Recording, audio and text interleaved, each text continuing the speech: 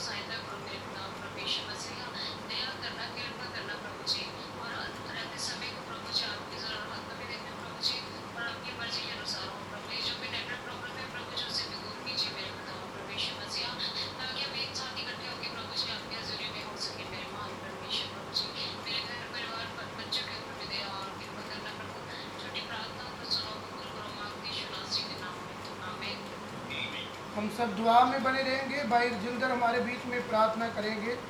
हम अपनी आंखों को बंद रखेंगे। भाई जिंदर हमारे बीच में प्रार्थना करेंगे।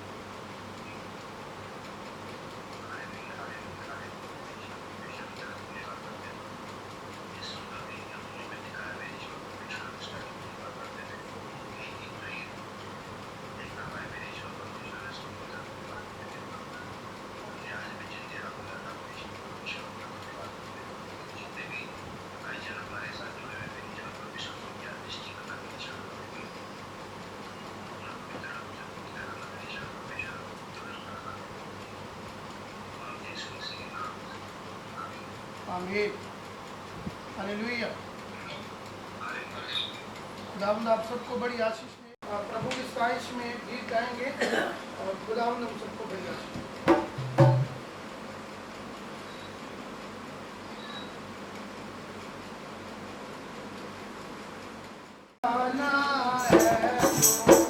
तू है मेरी जान रब, तू मेरी पनाह है, तू है मेरी जान, दे बिच रहंदी है जो तेरा है मकान, खुदावंद दे बिच रहंदी है जो तेरा है मकान, तू मेरी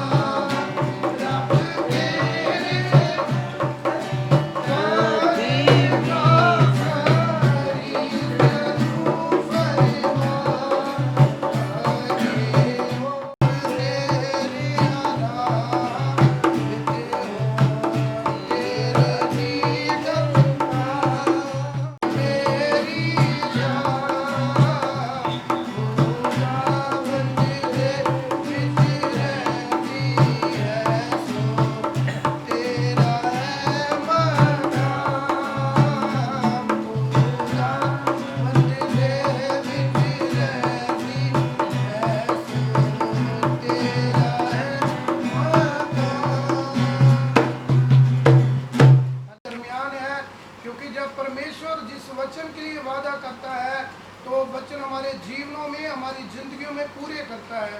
तो मेरे प्रियजनों, बड़े विश्वास के साथ आप प्रार्थना में बने रहें और प्रभु आज आपको बहुत सारी आशीष दे।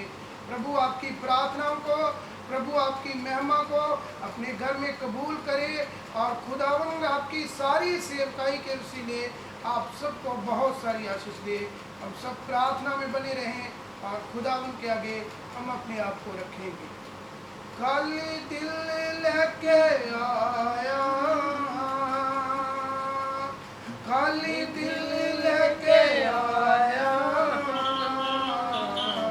कर दे रहम पिता, दे दे रूह का मसा, कर दे रहम पिता, दे दे रूह का मसा, खाली दिल लेके आया, हालेलुया, खाली दिल लेके आया, हालेलुया, कर दे रहम पिता, दे दे रूह का मसा, कर दे रहम पिता, दे दे रूह का मसा, खाली दिल लेके आया, हालेलुया, खाली दिल लेके आया, हालेलुया, दे रहम पिता, दे दे रूह का मसा, कर दे रहम पिता, दे दे रूह का मसा, अपनी सामत से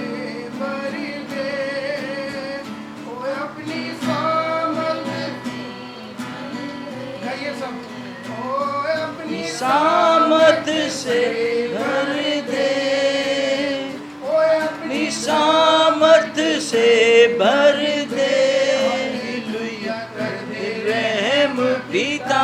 दे रूह का मसा कर दे रहम पिता दे रूह का मसा खाली दिल लेके आया हालेलुया खाली दिल लेके हालेलुया कर दे रहम पिता दे रूह का मसा कर दे रहम पिता दे रूह का मसा कर दे रहम पिता दे रूह का मसा। आइए हम सब दुआ में जाएं, अपने आप को प्रभु के चरणों में रखें और बड़ी अधीनगी के साथ आप सब प्रार्थना तेरी बरकत आई आए खुदा ओ जीवन मिलिया मिलिया बरकत तेरी आशीष आई आए खुदा ओ जीवन मिलिया मिलिया। हम सब प्रार्थना में जाएं, प्रभु हम सबको बचाए, हम सब दुआ में बने रहें और प्रभु का अनुग्रह हम सबके साथ बना रहे और प्रभु आप सबको बड़ी आशीष दे। आप सब अपनी आंखों को बंद रखें, दुआ में जाएं और प्रार्थना में बने रहें। खुदा बाप आप सबको बड़ी आशीष देगा, क्योंकि जब हम प्रार्थना करते हैं, प्रार्थना में बने रहते हैं, तो खुदा बाप हम सबकी प्रार्थना को सुनता है। आइए हम सब प्रार्थना में जाएं और खुदा उनके आगे प्रार्थना करें, प्रभु हमारे बंधनों को, हमारी परेशानियों को प्रभु तू दूर कर। खुदावंद तू परमेश्वर जिंदा खुदावंद है जो हमारी परेशानियों को दूर करता है। और पिता परमेश्वर हमारे जीवनों को अपने हाथों में ले पिता, और हमारे जीवनों में तेरी आशीष है खुदा। और पिता परमेश्वर हम तेरे नाम में बढ़ते जाएं खुदावंद, तेरा अनुग्रह निरंतर हम सबके संग बना रहे। आइए हम सब दुआ में बने रहें, कोर्स गाएंगे एक और उसके बाद हम सब प्रार्थना में फिर बने रहेंगे। तेरा वचन ये तेरी महिमा हो, तेरा धन्यवाद हो पिता। जितना भी धन्यवाद हम इस देश से, इस रूह से, इस जान से, जिस्म से करते हैं प्रभु, उतना ही पिता परमेश्वर कम है। आप प्रभु तो अपना बल दे, शक्ति दे, समर्थ दे प्रभु, हमें दुआ प्रार्थना करने वाला जीवन दे कि हम तेरे नाम में बढ़ते जाएं पिता परमेश्वर।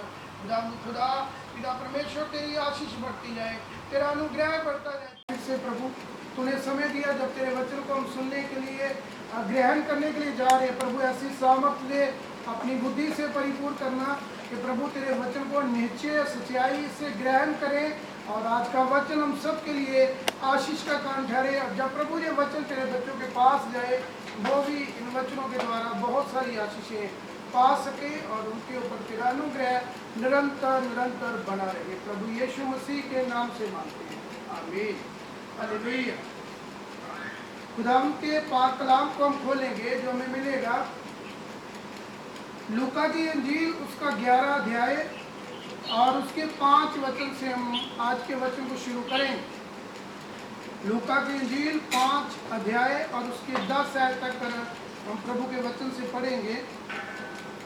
प्रार्थना के संबंध में यीशु की शिक्षा। तब उसने उनसे कहा, तुम में से कौन है कि उसका एक मित्र हो और वह आधी रात को उसके पास जाकर उससे कहे, हे मित्र, मुझे 3 रोटियां दे, क्योंकि एक यात्री मित्र मेरे पास आया है और उसके आगे रखने के लिए मेरे पास कुछ नहीं है। और वह भीतर से उत्तर दे, मुझे दुख न दे, अब तो द्वार बंद है और मेरे बालक मेरे पास बिछौने पर है, इसलिए मैं उठकर तुझे दे नहीं सकता।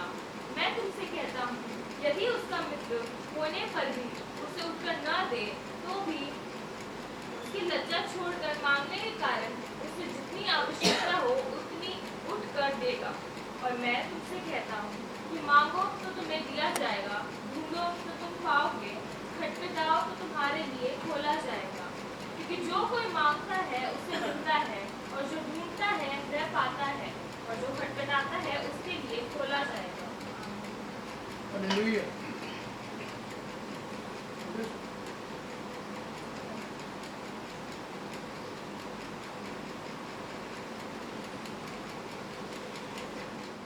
प्रार्थना का जो जवाब है वो जल्दी हमें मिलता नहीं। हमारी प्रार्थना जो है वो जल्दी कबूल नहीं होती है, क्या हमारी प्रार्थना सुनी नहीं जाती। हालेलुया। बहुत सारे ऐसे लोग हैं जो ऐसे वचनों को ग्रहण करते हैं, प्रार्थना करते रहते हैं, निरंतर प्रार्थना में लगे रहते हैं, अपना जीवन परमेश्वर की महिमा के द्वारा व्यतीत करते हैं। लेकिन कई बार ये सवाल हमारे आगे आता है, हम आज यही वचन से बात करेंगे कि हमें प्रार्थना का जवाब जो है, प्रति उत्तर जो है, क्यों परमेश्वर जल्दी नहीं दे। आज का टॉपिक बाइबल का यही होगा कि हमारी प्रार्थना का जवाब हमें क्यों नहीं मिलता। बहुत सारे दुनिया में ऐसे लोग हैं, हम बाइबल में ले लें, एक इंसान परमेश्वर के पास आया और उसने आकर कहा कि प्रभु मुझे अनंत जीवन चाहिए। सब कुछ परमेश्वर की महिमा के द्वारा, परमेश्वर की महिमा के द्वारा और प्रभु के वचन के अकॉर्डिंग कर रहा था, लेकिन उसने ये सवाल किया आकर कि प्रभु मैं अनंत जीवन हासिल करना चाहता हूँ। और खुदावन के वचन में लिखा है कि परमेश्वर ने कहा कि तू परमेश्वर की महिमा के द्वारा। लूका की अंजील 11 अध्याय 5 आयत से आज के वचन को शुरू करेंगे और फिर से इस आयत को पढ़ेंगे। तब उसने उनसे कहा, तुम में से कौन है कि उसका एक मित्र हो और वह आधी रात को उसके पास जाकर उससे कहे, हे मित्र मुझे 3 रोटियां दे। हालेलुया। उसका टॉपिक ऊपर क्या लिखा है? प्रार्थना के संबंध में यीशु की शिक्षा। प्रार्थना के संबंध में यीशु मसीह की शिक्षा। यहाँ यीशु मसीह ने शिक्षा दी, हमें सिखाया। यहाँ साफ साफ आपके पास बाइबल है, लूका 11 अध्याय उसके 5 आयत से हमने शुरू किया वचन को, और उसके ऊपर टॉपिक दिया है प्रार्थना के संबंध में यीशु की शिक्षा। क्या कहता है खुदावन यीशु मसीह? प्रभु यीशु मसीह हमें प्रार्थना के लिए क्या बोलता है? खुदावन हमें प्रार्थना के लिए कौन सा प्रति उत्तर देता है? हमें क्या करना चाहिए कि हमें प्रार्थना में बने रहना चाहिए? हमें क्या करना चाहिए कि हमारी प्रार्थना जो है प्रभु के घर में कबूल हो जाए और उसका प्रति उत्तर जो है वो परमेश्वर हम सबको उसी टाइम में ही बख्श दे। आइए हम वचन की ओर जाएं। यहाँ साफ लिखा है, तब उसने कहा। यहाँ यीशु मसीह हम सबको इस वचन के लिए बता रहे हैं, तुम में से कौन है कि उसका एक मित्र हो। हम सबके बहुत सारे मित्र हो, यहाँ एक मित्र की बात की गई, लेकिन कलाम में साफ लिखा, तब उसने उनसे कहा, तुम में से कौन है कि उसका एक मित्र हो। हम सबके बहुत सारे मित्र होते हैं, लेकिन यहाँ यीशु मसीह इस वचन में यही सिखा रहा है। ऊपर टॉपिक दिया गया है कि प्रार्थना के संबंध में यीशु की शिक्षा। खुदावन हमारी प्रार्थना के अवध में, प्रार्थना की शिक्षा के अवध में हमें क्या बताता है? यहाँ एक मित्र की बात की गई है और आगे लिखा है, और वह आधी रात को उसके पास जाकर उससे कहे। आपका कोई मित्र है और आधी रात को आपके पास आया और आकर आपसे कहने लगा, हे मित्र मुझे 3 रोटियां। यहाँ पाक कलाम में लिखा है, आपका कोई मित्र है, आधी रात को आपके पास आया और आकर आपको कहने लगा, हे मित्र मुझे क्या चाहिए? 3 रोटियां। आगे, क्योंकि एक यात्री मित्र मेरे पास आया है और उसने आगे रखने के लिए मेरे पास कुछ नहीं है। यहाँ वचन में लिखा है, आपका मित्र आपके पास आया है और उसके आगे फिर उसके घर में भी उसका यात्री मित्र कोई उसके पास आया हुआ। यहाँ आपका मित्र आपके पास आया, कितने आदमी हो गए? यहाँ 3 हो गए। एक अपने दोस्त के पास आया और उसका दोस्त उसके घर में आया हुआ। अब जब प्रभु के वचन में लिखा है, बड़ी डीपली जब इस वचन को ग्रहण करेंगे तो बहुत सारे वचन यहाँ खुल जाएंगे एक आयत में। कितनी रोटियां मांगी उसने? अब 3 रोटियां मांगी, ज्यादा भी मांग सकता था। उसे पता थोड़ा है कि वो आदमी जब तेरे पास कोई परदेसी ठहरा है, तेरा दोस्त आया है, वो 3 रोटियां ही खाएगा। वो जादी भी तो रोटी खा सकता है। लेकिन यहाँ बड़े गहराई के साथ आप इस वचन में जाएं, खुदावन के वचन में लिखा है प्रार्थना के संबंध यीशु मसीह हमें सिखा रहे हैं। प्रार्थना के संबंध यीशु मसीह की शिक्षा क्या थी हमारे लिए। यहाँ लिखा है, एक दोस्त आया मेरे पास, एक मित्र आया जो आपका मित्र है, वो मित्र आया और आकर कहने लगा कि मुझे 3 रोटियां चाहिए, क्योंकि एक यात्री मित्र मेरे पास आया। उसका भी आगे मित्र था, वो भी उसके पास आया और उसके आगे रखने के लिए मेरे पास कुछ भी नहीं। यहाँ 3 आदमी इकट्ठे हो चुके हैं और 3 रोटियों का विवरण किया है। बात ये विचार करने वाली, 3 शब्द यहाँ जोड़े गए। खुदावन की सामर्थ 3 शब्दों में बहुत सारी है, बाप, बेटा और पवित्र। बहुत सारी डेफिनेशन बाइबल में मिलेंगे हमें 3 शब्द के। यहाँ भी वचन में लिखा है, आपके पास आपका मित्र आया है, वो 3 रोटियां मांग रहा, वो ज्यादा भी मांग सकता, लेकिन उसके मुंह से यहाँ भी साफ साफ वचन में लिखा है 3 रोटियों का जिक्र किया गया। और पाक कलम में लिखा, वो आगे कह रहा है कि मेरे पास भी एक मित्र आया और उसके आगे रखने के लिए मेरे पास कुछ भी नहीं है। आगे, और वह भीतर से उत्तर दे, मुझे दुख न दे, अब तो द्वार बंद है और मेरे बालक मेरे पास बिछोने पर हैं, इसलिए मैं उठकर तुझे दे नहीं सकता। हालेलुया।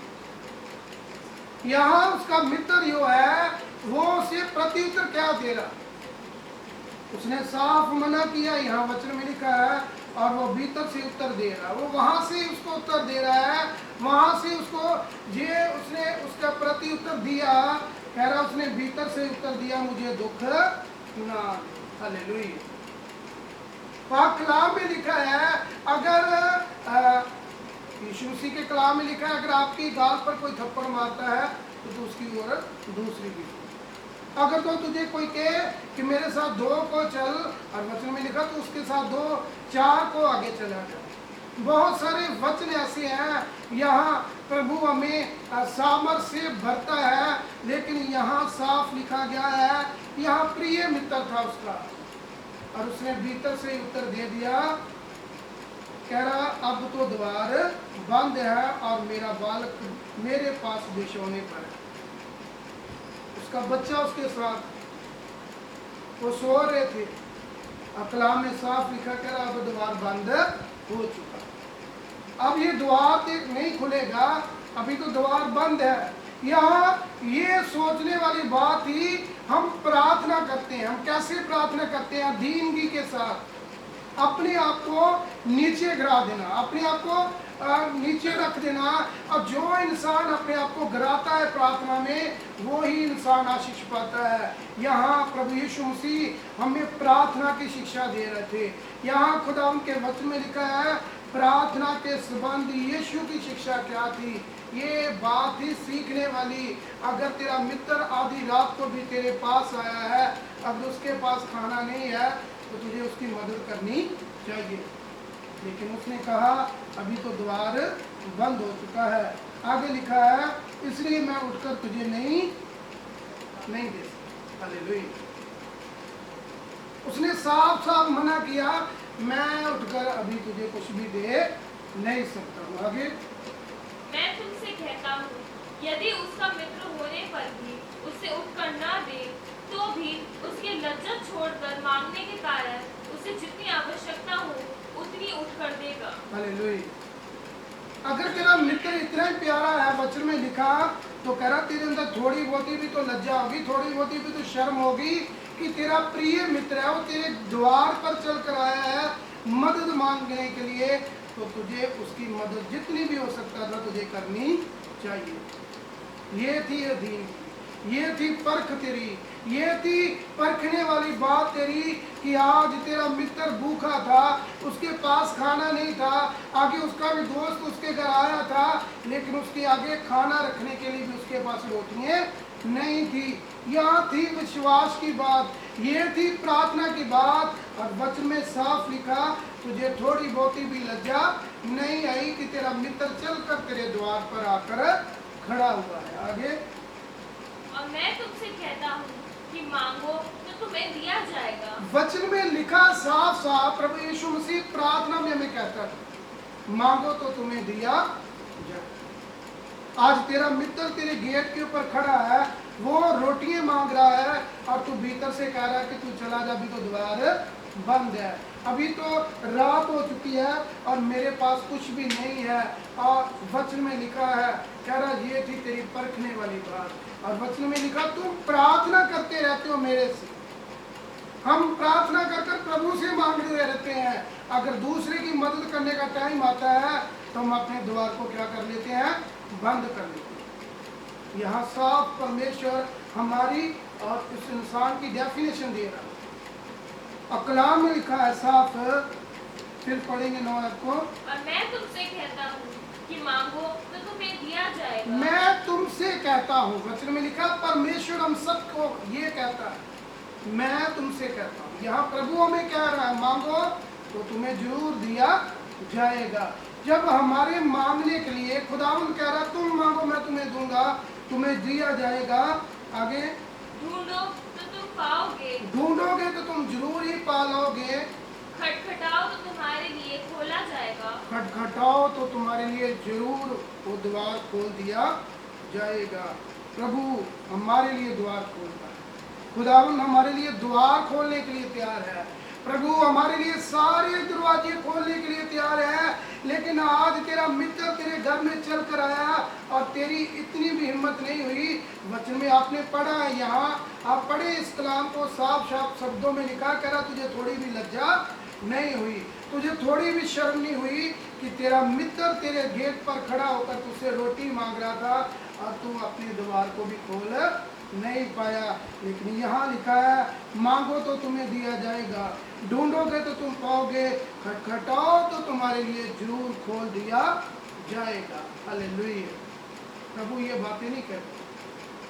अगर हम विश्वासी हैं, अगर हम प्रभु में धर्मी बन चुके हैं तो सो मेरे प्रिय जनों, यहाँ प्रभु का वचन आपके लिए तो कह रहा प्रार्थना के संबंधी यीशु की शिक्षा, ये थी प्रार्थना के लिए, ये थी खुदा की शिक्षा हम सबको समझाने के लिए। मांगो तो तुम्हें दिया जाएगा। आज वो मांगने के लिए आया और तूने अपना द्वार बंद रखा।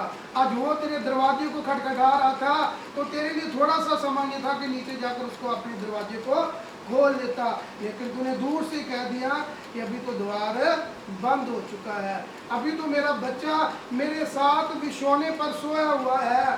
सो खुदावन के प्रिय बच्चों, यहाँ साफ साफ वचन में लिखा मांगो तो तुम्हें दिया जाएगा।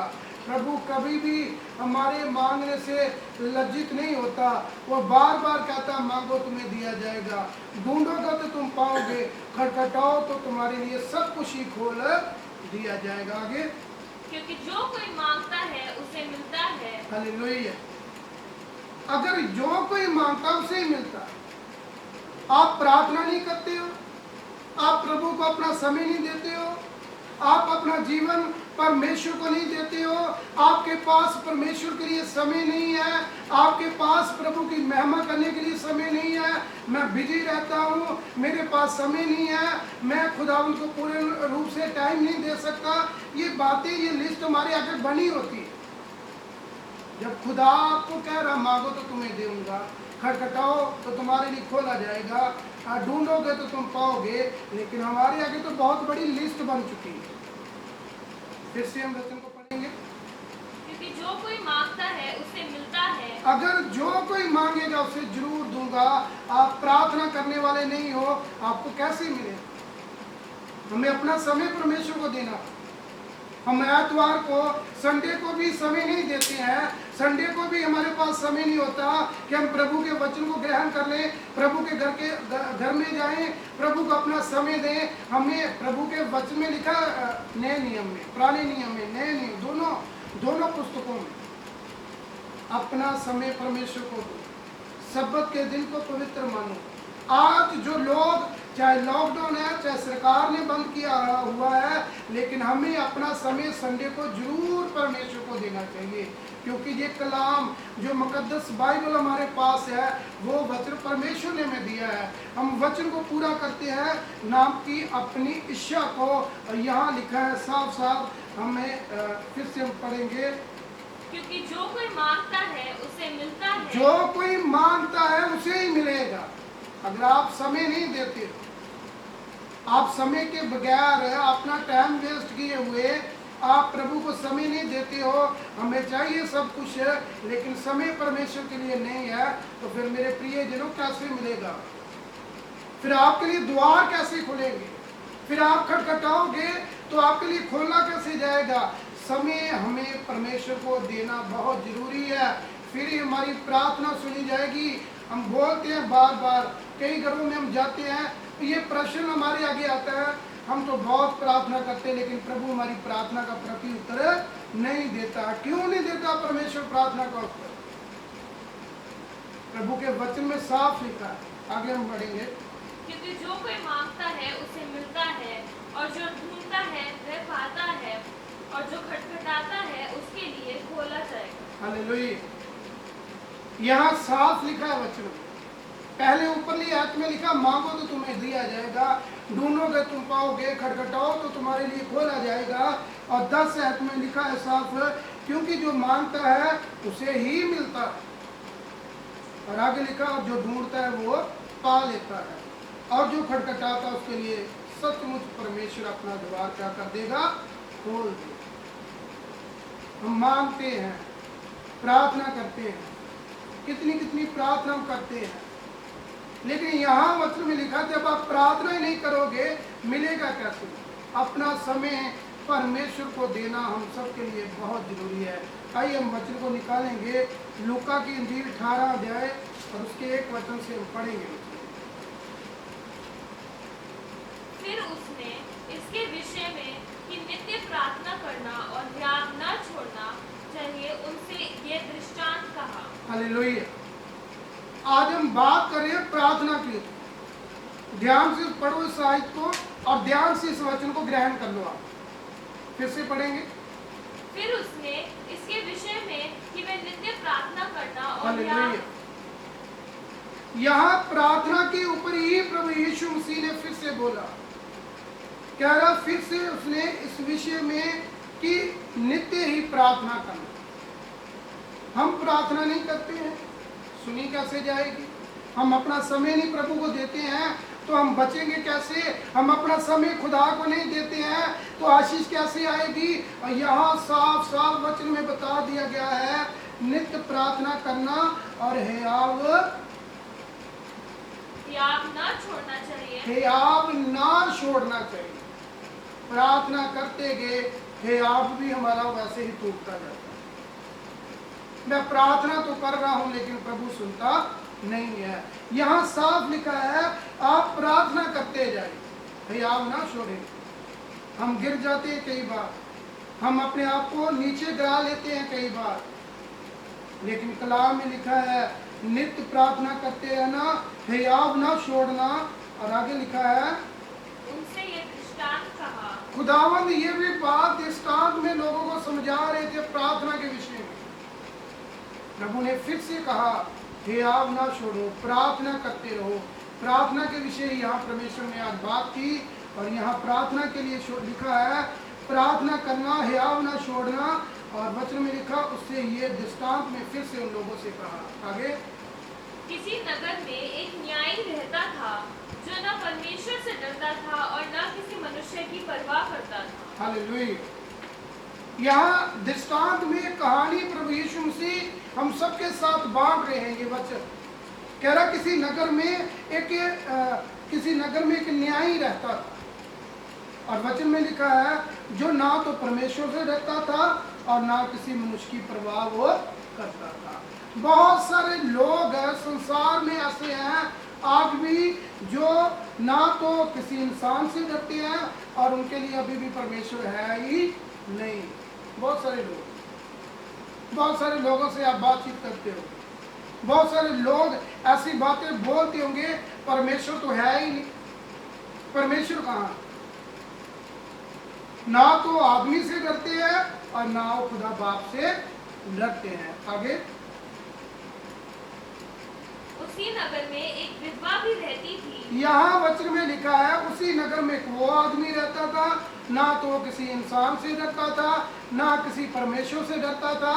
और तीसरे वचन में लिखा उसी नगर में एक और विधवा औरत भी रहती थी। आगे, जो उसके पास आकर कहा करती थी, मेरा न्याय चुकाकर मुझे मुद्दाई से बचा। हालेलुया।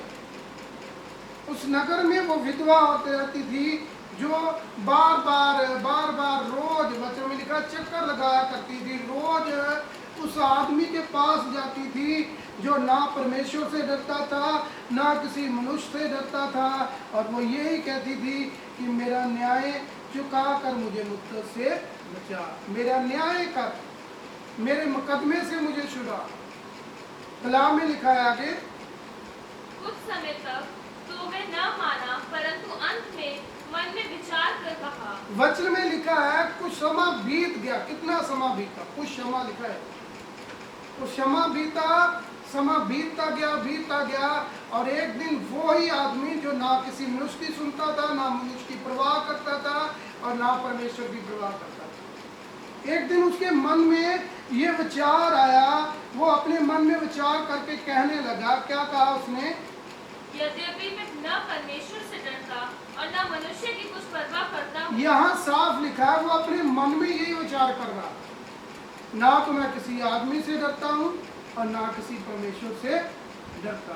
आगे, तो भी ये विधवा मुझे सताती रहती है। ये औरत कैसी है? ये किसी की परवाह नहीं करती, ना तो मैं किसी आदमी से डरता हूँ ना किसी परमेश्वर से डरता हूँ। ये अकेली औरत ऐसी है जो मुझे क्या करती रहती है? सताती रहती है।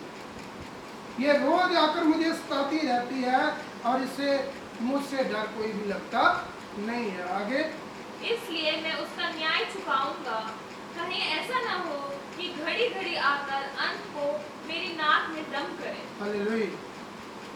तो एक दिन उसके माइंड, उसका दिमाग काम कर रहा था आदमी, और रोज सोच रहा था क्यों ना हो कि मैं इसका न्याय चुकाऊं। और कलाम में लिखा है, कह रहा कहीं ऐसा ना हो कि ये घड़ी घड़ी आकर अंत को मेरे कानों, नाक में दम कर। बार बार वो औरत जा जाकर, वचन में लिखा कहीं ऐसा ना हो कि मेरे नाक में दम कर। कई बार हम किसी को फोन करते हैं या किसी को किसी बात के लिए कहते हैं, तो कई बार हम बार कहते हैं, वो उस बात पर गौर नहीं करता। अंत में एक दिन जरूर उस बात पर गौर करेगा कि ये आदमी मुझे फोन क्यों करता है, ये आदमी मेरे से ये बात क्यों करता है, क्यों, इसे क्या चाहिए, क्यों, इसकी क्या कोई जरूरत होगी। और वैसा ही उस आदमी ने कहा और कह रहा है क्यों ना हो कि किसी दिन ये मेरे नाक में ऐसा दम कर दें। आगे, प्रभु ने कहा, सुनो, ये अधर्मी न्याय का क्या कहता है। इसलिए क्या परमेश्वर अपने चुने हुओं का न्याय न चुकाएगा, जो रात दिन उसकी दुहाई देते रहते हैं। हालेलुया। उस आदमी के दृष्टांत दिया परमेश्वर। कलाम में साफ लिखा है, प्रभु ने कहा। यहाँ कौन बात कर रहा था? परमेश्वर। यहाँ फिर से 6 आयत में लिखा है, प्रभु ने कहा सुनो। खुदा यहाँ कह रहा है, प्रभु यीशु मसीह कह रहा है सुनो। ये आगे पढ़ो, ये अधर्मी न्यायी क्या कहता है। ये अधर्मी न्यायी इंसान जो है ये क्या कहता है। आगे, इसलिए क्या परमेश्वर अपने चुने हुओं का न्याय न चुकाएगा। खुदावन क्यों ना अपने चुने हुओं का न्याय चुकाएगा। हम बार बातें करते हैं, न्याय होगा, न्याय होगा, हर बात के लिए न्याय होगा। कलाम में हर चीज के लिए न्याय के लिए लिखा गया है। अगर हम प्रार्थना करते हैं, अगर हम प्रभु को समय देते हैं, अगर हम चर्च जाते हैं, अपना दान देते हैं, दसवंध देते हैं, हर बात के लिए यहाँ वचन में लिखा, हर बात के लिए न्याय करेगा परमेश्वर हम सबका। आपकी बातों का, आपके चाल चलन का, आपके व्यवहार का, हर एक चीज का यहाँ लिखा है साफ शब्दों में। फिर से पढ़ेंगे मिस्री आपको। इसलिए क्या परमेश्वर अपने चुने हुओं का न्याय न चुकाएगा। अपने चुने हुओं का, खुदावन अपने लोगों को चुनता है। परमेश्वर अपने लोगों को चुन लेता है और वचन में लिखा वो अपने चुने हुओं का न्याय न्याय जो है क्यों ना चुकाएगा। वचन में लिखा क्यों ना चुकाएगा। वो सच्चा जिंदा परमेश्वर है, वो हमारा सामर्थी और जिंदा खुदावंद है। खुदावंद के वचन में लिखा क्यों ना परमेश्वर आपका न्याय चुकाएगा। आगे, जो रात दिन उसकी दुहाई देते रहते हैं। जो इंसान रात दिन उसके आगे दुहाई देते, कैसे दुहाई देते हैं हम रात दिन? प्रार्थना की बात कर रहे हैं आज हम। आज का वचन का टॉपिक भी यही है कि प्रभु हमारी प्रार्थना, कई लोग कहते हैं हमारी प्रार्थना सुनी नहीं जाती। खुदावंद आपकी प्रार्थना का जवाब क्यों ना दे? यहाँ साफ लिखा रात दिन परमेश्वर की महिमा करते हैं। क्यों प्रभु आपकी प्रार्थना क्यों नहीं सुनेगा? क्यों खुदावंद आपका न्याय ना चुकाएगा? यहाँ शब्द लिखा है ऐसा, क्यों ना खुदावंद आपकी प्रार्थना का जवाब देगा? क्यों ना परमेश्वर आपके न्याय का जवाब देगा? क्यों ना प्रभु आपका न्याय चुकाएगा? और वचन में लिखा जो इंसान रात दिन प्रभु की दुहाई देता है, रात दिन। आप वचन में पढ़े भजन संहिता 103 अध्याय में, उसकी पहली और दूसरी आयत में, हर समय प्रभु को क्या करते रहो? धन्यवाद दे। और यहाँ साफ लिखा है रात दिन आप प्रार्थना कर, नित्य नियम कर लेना। बहुत सारे लोग यो ऐसे हैं, रोज प्रार्थना में लगे रहते हैं, मन ही मन प्रभु का धन्यवाद करते रहना, अपना काम भी करते रहना, लेकिन हमारा मन, हमारा ध्यान उस खुदावंद की तरफ होना चाहिए। और वचन में साफ लिखा है रात दिन आपको प्रभु को समय देना होगा, रात दिन आपको प्रभु के साथ बने रहना होगा। और क्यों ना परमेश्वर आपका न्याय चुकाएगा? क्यों ना प्रभु आपकी प्रार्थना सुनेगा? क्यों ना खुदावंद आपको प्रत्युत्तर देगा? खुदावंद के वचन में बड़े बड़े वादे किए गए हैं। तो मेरे प्रिय जनों, जब परमेश्वर ने वादे किए हैं तो खुदावंद आपके साथ क्यों ना पूरे करेगा। आगे पढ़ेंगे। क्या वह उनके विषय में देर करेगा? वचन में साफ लिखा है जो रात दिन प्रार्थना करेगा प्रभु उनके विषय में कभी भी देर नहीं करेगा।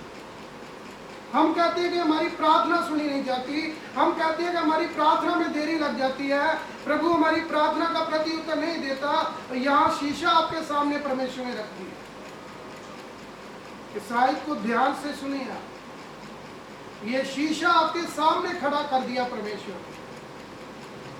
क्यों ना परमेश्वर आपकी प्रार्थना सुनेगा। हम फिर से पढ़ेंगे। इसलिए क्या परमेश्वर अपने चुने हुओं का न्याय न चुकाएगा जो रात दिन उसकी दुहाई देते रहते हैं? क्या वह उनके विषय में देर करेगा? क्या वो उनके विषय में देर करेगा? जो रात दिन प्रार्थना कर रहे हैं, क्यों उनके विषय में देर करेगा? जो हमने पहली ऊपर कहानी पढ़ी है, दृष्टांत दिया प्रभु ने, वो कैसा मनुष्य था? ना तो वो आदमी की परवाह करता था, ना वो परमेश्वर को मानता था, लेकिन विधवा औरत ऐसी थी जो बार बार उसके पास जाती थी। और वचन में लिखा एक दिन उसने विचार किया, अपने माइंड में ये विचार किया कि मेरा एक दिन ये नाक में दम कर देगी, मुझे इसका प्रत्युत्तर देना पड़ेगा। और ऐसा ही प्रभु के वचन में लिखा, आपको रात दिन परमेश्वर में बने रहना होगा। क्यों ना प्रभु आपकी प्रार्थना को उत्तर देगा? क्यों ना परमेश्वर आपकी प्रार्थना का जवाब देगा?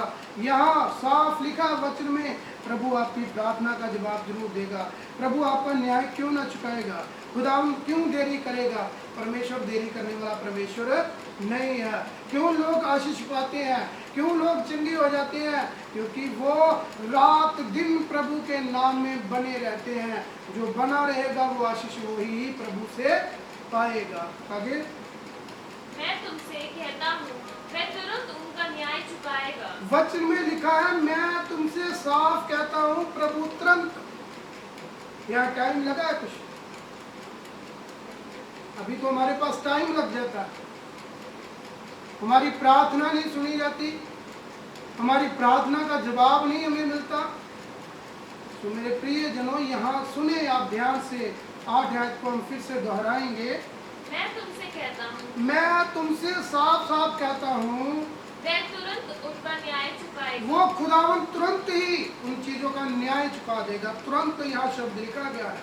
तुरंत का मीनिंग आप सब जानते हो, क्या मीनिंग होता है तुरंत? उसी टाइम, जल्दी ही।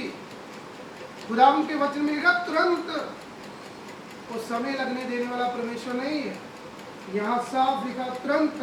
आगे, तो भी मनुष्य का पुत्र जब आएगा पर विश्वास पाएगा। हालेलुया। जब मनुष्य का पुत्र पृथ्वी पर आए तो वचन में लिखा तो क्या वह पृथ्वी पर विश्वास पाए। विश्वास पाए हुए लोग, खुदावंद में बने हुए लोग, यहाँ वचन में लिखा जब वो पृथ्वी पर आए तो क्या वो विश्वास पाए हुए लोगों को देखेगा। आइए हम निकालेंगे याकूब की किताब उसका 4 अध्याय और उसके 2 वचन को हम पढ़ेंगे। याकूब की किताब 4 अध्याय उसके 2 वचन को हम निकालेंगे। पीछे पीछे याकूब की किताब 4 अध्याय उसके 2 वचन को निकालेंगे।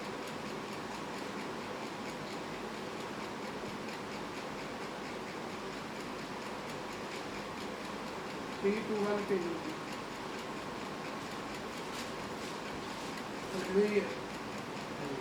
याकूब की किताब 4 अध्याय उसकी 2। तुम लालसा रखते हो। हालेलुया। ध्यान से सुनिए आप फिर से। तुम क्या करते हो? तुम लालसा रखते हो। तुम लालसा रखते हो और तुम्हें मिलता नहीं। तुम्हें मिलता नहीं। हम प्रार्थना करते तो लालसा से प्रार्थना करते। प्रभु के वचन में पीछे सुना है, पिछले वचनों में कह रहा हो तो तुरंत आपकी प्रार्थना का उत्तर देगा। और यहाँ लिखा है फिर पढ़ेंगे तुम लालसा रखते हो और तुम्हें मिलता नहीं। तुम्हें मिलता नहीं इसलिए तुम हत्या करते हो। इसलिए तुम हत्या करते हो। तुम कुछ भी प्राप्त नहीं कर पाते। जब आप कुछ भी प्रार्थना के अवध में प्राप्त नहीं कर पाते हो फिर आप लड़ते हो, झगड़ते हो, डाह करते हो। और कलाम में लिखा है इसलिए नहीं मिलता कि मांगते नहीं। आगे 3 आयत को पढ़ेंगे हम। तुम्हें इसलिए नहीं मिलता कि मांगते नहीं। तुम मांगते हो और पाते नहीं। वचन में लिखा प्रार्थना तो करते हैं लेकिन पाते नहीं। यही टॉपिक था आज वचन में। हम प्रार्थना करते हैं लेकिन जवाब हमें मिलता नहीं। यहाँ भी साफ लिखा है वचन 3 आयत को तुम मांगते हो और पाते नहीं। प्रार्थना तो करते हैं लेकिन पाते नहीं है। प्रार्थना तो करते हैं लेकिन प्रति उत्तर हमें मिलता नहीं है।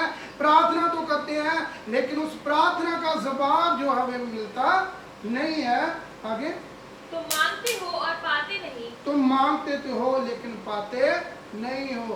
प्रार्थना करते हैं, मांगते हैं लेकिन हम पाते नहीं है। आगे इसलिए कि बुरी इच्छा से मांगते हो। क्यों नहीं पाते हम?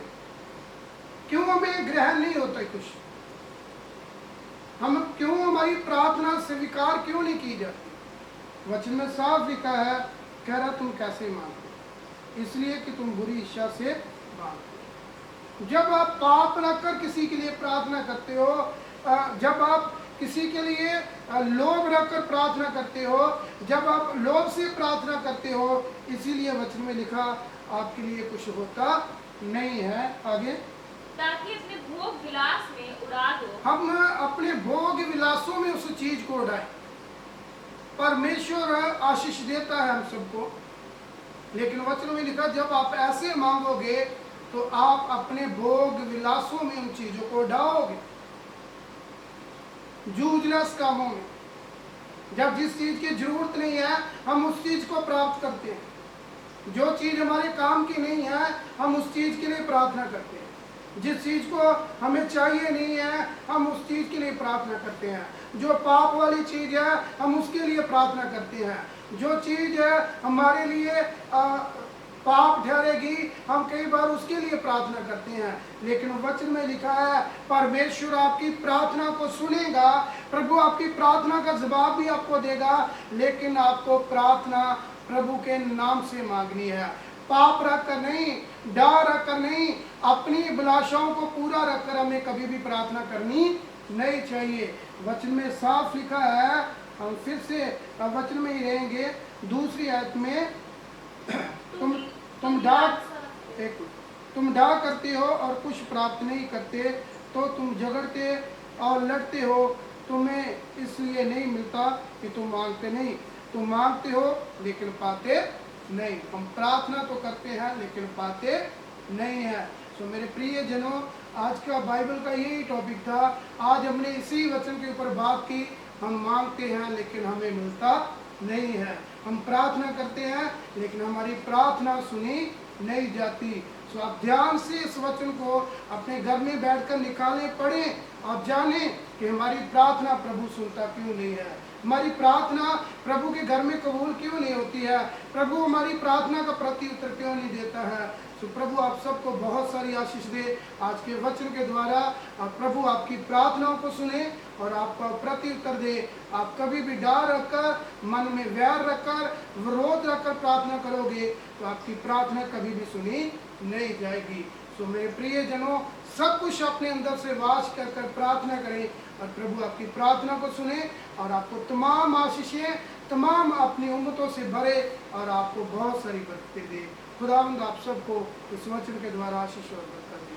आमीन, हालेलुया। आइए हम आखिरी प्रार्थना में शामिल होंगे और एक कोर्स गाएंगे, उसके बाद हम आखिरी प्रार्थना करेंगे। मंगना ते तू मैं दुआ में तो चुप ना हो तू जा, मंगना ते तू मैं दुआ में चुप ना हो तू जा, जदों मैं तेरी हैकल दे विच अपने हाथ उठावा, जदों मैं तेरी हैकल दे विच अपने हाथ उठावा, तदों तू सुन ले मेरी मिन्नतां मेरे पाक खुदा, मंगना ते तो मैं दुआ में तो चुप ना हो तू जा, मंगना ते तो मैं दुआ में तो चुप ना हो तू जा। आइए हम सब दुआ में जाए। धन्यवाद, धन्यवाद पिता आज के वचन के लिए, आज की सहभागिता के लिए जो तेरी ओर से दी गई, जो तेरे नाम से की गई। मैं प्रार्थना करता हूँ प्रभु खुदा आज के वचन के लिए धन्यवाद हो जो तूने हमें दिया है। प्रभु हमें कभी भी अपने मन में डर रखकर प्रार्थना नहीं करनी चाहिए, बल्कि प्रभु जो तेरी ओर से खुदावंद हमें मिलता है उसके लिए धन्यवाद करना चाहिए। प्रभु हम शुक्रिया अदा करते हैं आज के दिन के लिए और तेरे बच्चों के लिए जो पिता परमेश्वर हम सब के साथ बने रहे। उन सबको बड़ी आशीष देना, एक एक फैमिली को बरकत दे प्रभु। पिता परमेश्वर ये वचन जिन लोगों तक पहुंचता है उनको भी बड़ी आशीष देना।